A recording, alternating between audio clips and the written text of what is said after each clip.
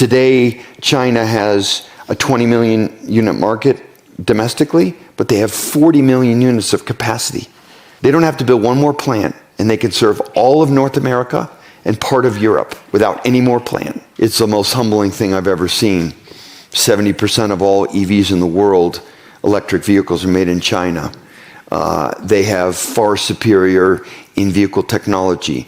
Huawei and Xiaomi are in every car. And the first thing we do is we get the last 100 cars that launch there, and we drive as many as we can. And then we pick the 4 or 5 that we love, and then we put them on a plane and fly them to Detroit. Wow. And then we drive the crap out of them, and we take them apart, and we put them back together. 大家好，今天要分享的视频是2025年6月福特 CEO 吉姆·法利在阿斯彭思想节上接受采访的节选。这是一场在全球汽车产业向电动化转型的关键赛道上，关于竞争力、产业安全与国际竞争伦理的深度对话。这位深耕汽车行业数十年的企业家，以罕见的坦诚撕开了美国制造业的焦虑面纱，更以客观视角正视中国汽车产业的崛起。他既直言世界70%的电动汽车由中国制造所带来的震撼，也坚决反对妖魔化对手的非理性行径。这场访谈不仅是对全球汽车产业格局的一次切片观察，更成为中国汽车产业用实力打破偏见，以技术赢得尊重的生动注脚。吉姆·法利在访谈中多次流露出对中国汽车产业的复杂情绪，既有最令人自愧不如的感慨，也有对性价比远超西方产品的清醒认知。这些表述背后是中国汽车产业数十年积累后爆发的硬实力。这种实力不再是低端制造的代名词，而是覆盖技术、供应链、场景生态的全维度领先。虽然吉姆·法利也赞成美国政府用关税来保护本国汽车产业，但在当前美国普遍将中国视为战略对手甚至敌人的舆论环境中，吉姆·法利的表态仍显难得。他明确指出，作为一个国家，我们应该更谦逊些。中国很多事情做得很好，我们需要学习。更直言，不能一门心思把中国当成敌人，以至于放不下身段去建立商业合作架构，不能把竞争对手妖魔化。这种观点不仅体现了企业家的务实精神，更戳破了妖魔化对手背后的非理性逻辑。在全球化深度融合的今天，汽车产业的竞争早已不是零和博弈，而是共生共赢的格局。我们来看看他是怎么说的。I said I came full circle from my original way of thinking about the global economy, and that free trade was going to be a boon for everybody and free movement of people. And I came to the conclusion that we had to rebuild manufacturing and the essential economy here, and that even tariffs could be a part of that. How has your thinking evolved on things like that? I would say similarly. You know, when I came into the business community, it was like free trade, and now I've worked all over the world in the auto industry for multiple companies, and I've seen so many countries put their foot on the scale of the economy and focus on local manufacturing. Japan, Germany, now China, and they created all these great jobs. But the argument is that, well, we don't want to be a manufacturing company. It's a country, it's only 8% of the economy. We'd rather do the services and the software. Tell me what's wrong with that argument. What happens if you have to defend yourself? Yeah. What happens, what is Google going to make the tanks? Mm-hmm. You know, to be totally frank, we've forgotten a lot about that. And I think we've talked a lot about energy independence. We need to start talking about industrial independence. It's very, very important. People do not realize how dependent we are as a country on making things on other countries. We cannot get any high-powered magnets without China. We cannot. Is that hurting you, the high-powered magnet? Yes, we shut down plants for the last 3 weeks because we cannot get high-power magnets. Go into your speakers in your audio system, your seats motors, your wiper motors, your door motors. And we can't make that stuff. And so you think if we start putting at least moderate tariffs, we might rebuild an essential economy sector? And also other countries do it. So we are fighting with our hands behind their back. In many cases, our competitors have $5,000 to $6,000 of incentive that they're exporting. Today, China has a 20 million unit market domestically, but they have 40 million units of capacity. They can export. Wait, there's capacity for electric vehicles or all vehicles. Okay. They don't have to build one more plant, and they can serve all of North America and part of Europe without any more plant. So we are in a global competition, and these jobs are really great jobs. A job at Ford is $150,000, $200,000. It's a transformational job for people's lives. And we have to really understand what it's going to take to not just have modest tariffs, to have an even playing field, like you said, but also to recreate critical minerals, battery raw materials, manufacturing grade semiconductors. Oh, it's so exciting. We have all these new semiconductor plants in Arizona. They're making advanced nodes for AI. But most of the silicon that goes into industrial products that we all buy are manufacturing grade. They're 10-year-old. That all comes from Taiwan and increasingly from China. We won't be able to make anything if we get in a serious. How many trips to China have you made in the past year? I would say 6 to 7. 6 to 7? Yes. And what are you seeing there that we should learn from? It's the most humbling thing I've ever seen. 70% of all EVs in the world, electric vehicles, are made in China. They have far superior in-vehicle technology. Huawei and Xiaomi are in every car. They have facial recognition. Cell phone technology. Yes. Connected to their cell phones. Yes, you get in, you don't have to pair your phone. Automatically, your whole digital life is mirrored in the car. You have an AI companion that you can talk to, ChatGPT equivalent in China. All the automatic payment is already there. You can buy movie tickets. It has facial recognition, so it knows who's in which seat and which media you like. Wait, why don't Ford cars have that? Would you need to deal with Apple or? Yeah, because Google and Apple decided not to go in the car business, and even beyond that, their cost, their quality of their vehicles is far superior to what I see in the West. I mean, we are in a global competition with China, and it's not just EVs. And if we lose this, we do not have a future Ford.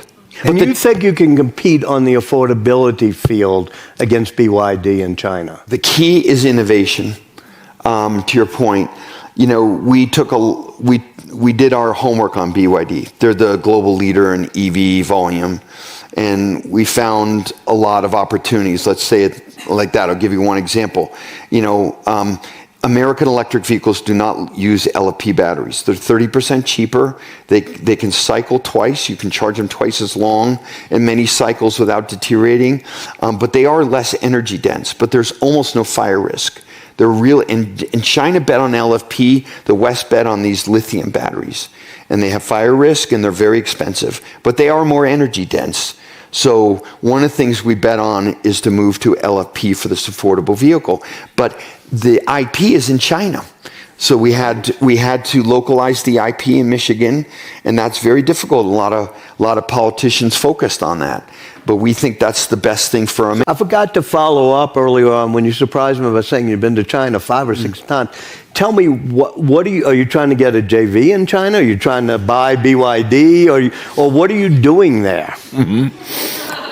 Well, this is off the record, so you can confide. It's a secret. No, I go for a couple reasons. I bring my whole leadership team. We don't leave anyone behind. And the first thing we do is we get the last 100 cars that launch there, and we drive as many as we can. And then we pick the 4 or 5 that we love, and then we put them on a plane and fly them to Detroit. Wow. And then we drive the crap out of them, and we take them apart, and we put them back together. And do you also do that with the Tesla and Waymo full self-driving? Do you download it and test it on your cars? Of course, yes.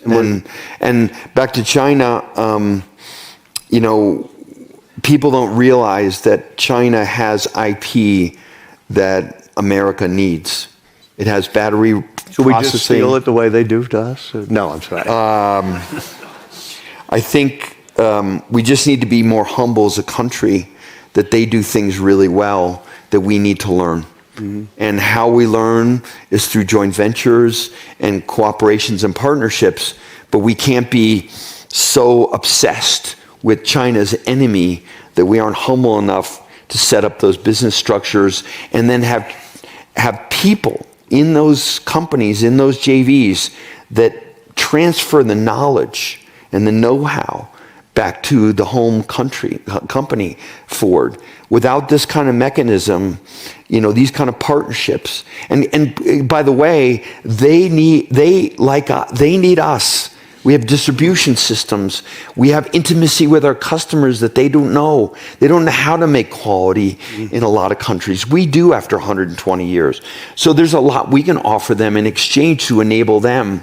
But we have to be careful to kind of, it's too strong of a word, but kind of demonize them as a competitor, because there is such thing as I'm kind of hearing something there, which is maybe a small critique of the American political mindset now of demonizing China, slapping huge tariffs on them, thinking of them as the enemy. Would you urge more caution in demonizing China? I would say how I like to think about it and how we've talked to leaders in Washington is that we need to understand that, just like I said, we need to understand that they do certain things very well, and we need to learn. And if you tried to do a JV with them, would the Trump administration try to stop that? I don't think so. Okay. I think they would, as long as it has the right guardrails, and it has the right guardrails, and we think about it the right way. I found very openness throughout the government and to do this, because I think they know it's required. And Ford is a trusted company. We've run our company a way that is different than others, but I think is more respectful in a way to the sustainability of our manufacturing base. And I think that matters. They will listen to us. And I found many politicians who are extremely respectful of that view. Mr. Farley, this presentation is very insightful. Thank you for that. It is very clear that we've been on a path of decoupling, certainly on technology with China, and now potentially beyond that. But given what you just said in terms of your experience with China, if you were to drive our policy, what would be the perfect balance in developing our competitive relationship with China? Because we've gone so aggressive in so many ways, and there is a widely held perception that China is our enemy now. How would you describe a potential right balance of relationship with China? Good question. I see. I would say, first of all, we need to level the playing field. Their companies have subsidies, free land, free taxes, and they export that advantage. I don't have that. So we need some kind, but the company needs to own our side, which is competitive product and competitive cost. So there's two sides of that. But we need a level playing field economically. And so we need some help. The second thing is, people need to understand a car is not a 1980s car. It has cameras. It has microphones inside of it. It can be autonomously driven. And therefore, it's extremely, if you're apprehensive about a balloon, you should be very apprehensive about a modern automobile. So we need to have guardrails about how the data gets moved. It has to stay in a cloud in North America. It can't be used against us. We need to understand these cars are incredibly powerful technology. The average Ford has $3,000 or $4,000 of silicon in it now. So we need to have policies in our government for national defense and privacy to protect our citizens. And that is required, number two. Number three, we need to have a government policy that gets serious about this industrial independence. We need to be able to make battery and raw materials. A mine takes 20 years to approve in the US. Processing, forget about it. So we need to start building pilots, either in friendly countries or in our own country, to build raw materials that we're going to need for industrial independence now that we have our own energy independence. And then where there's IP, where we need that they have, we need to be open-minded, as I said, about getting that IP and working with them. It's just a reality. You know, they have been investing in electric cars for 20 years. BYD has not been doing this for 5 years. They've been doing it for 20 years. We have to get ready. LFP technology, it's iron phosphate chemistry, was invented in the University of Texas. They bought it, and now they perfected it, and they scaled it. And now they make 70% of all the electric vehicles with LFP, and we need that technology here. And so it has to be localized. Batteries don't have cameras in them.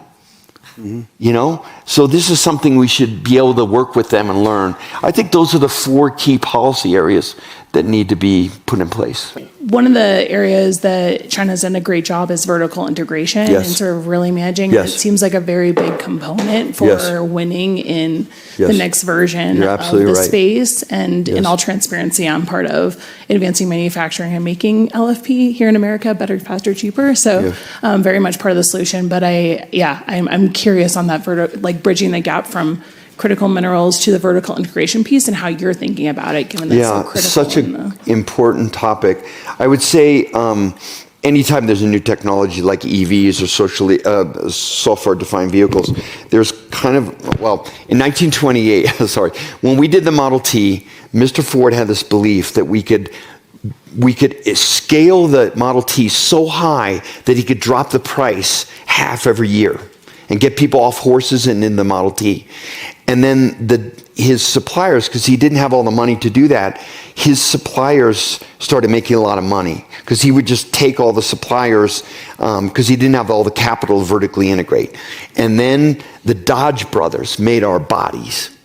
And the Dodge brothers went into competition with us, even though they were supplying our own bodies. And so in 1928, he said, enough of this baloney. I'm going to build the first vertically integrated manufacturing facility with iron ore from the Great Lakes, our own wood from our own forests, sand to make our own glass. And he did in 1928 with the Model A. It saved our company. And since then, we have seen many times Elon Musk, BYD, all believe in vertical integration. The issue is when you're in the first and second inning, it's an advantage. But when you get in the third and fourth inning, your suppliers get good enough that you don't have to put all that capital at risk and all that employment at risk. You could spend your money on other things. And that is exactly what's happening now. So the dance we're doing is, what do we really need to do ourselves? And what can our suppliers do? I'll give you an example. In our country, there used to be 20 low-pressure casting companies. Now there are 2.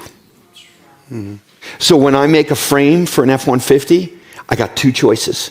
And if a private equity company buys one of them and tries to squeeze them for cash, and they have quality problems, I have 1. So Ford maybe should go back into low-pressure casting because it's just, we're too vulnerable. So it's a constant dance between vertical integration and capital efficiency. And, you know, whether it's technologies that are aging out or new technologies maturing. It's been a factor in our industry for 120 years. What do you want people to come away from this with? We'll let you in with that. Really simply, you know, there's a lot of great new technology to think about. But you need to think about it in its kind of disproportionate impact on our society. As a country, do we need a manufacturing base? Do we? Yes. Okay, if we do, for our society, then we better treat it with the respect it deserves, which we haven't. Jim Farley, thank you. 吉姆·法利的访谈，既是对美国制造业的反思，也是对中国汽车产业的一次第三方背书。这种背书无关外交辞令，而是源于市场竞争的真实体验。当中国车企能在技术、成本、生态上全面超越西方产品时，当中国供应链能成为全球产业的稳定器时，尊重便成为竞争对手无法回避的选择。但更值得深思的是，中国汽车产业的崛起并非偶然。从比亚迪20年深耕电动汽车，到华为、小米跨界赋能车内生态，从政府对新能源产业的长期扶持，到企业对用户需求的极致追求，中国汽车产业走出了一条政策引导加市场驱动加技术创新的道路。这条道路的核心是不盲从、不畏惧、不傲慢。不盲从西方的技术路线，坚持自主研发；不畏惧全球竞争，敢于出海闯荡；不傲慢对待对手，愿意学习借鉴。正是这种态度，让中国汽车产业既能在技术上实现突破，也能在竞争中赢得尊重。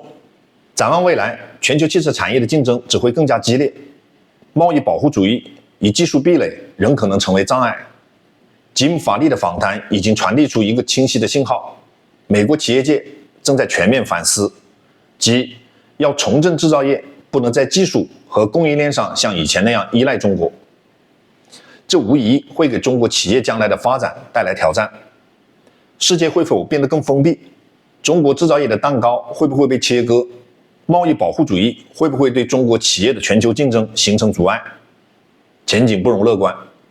但实力从来是最好的武器。中国汽车产业唯有继续深耕技术，优化供应链，提升用户体验，才能在全球竞争中站稳脚跟。法利在访谈结尾说，作为一个国家，我们需要制造业基础吗？答案是肯定的。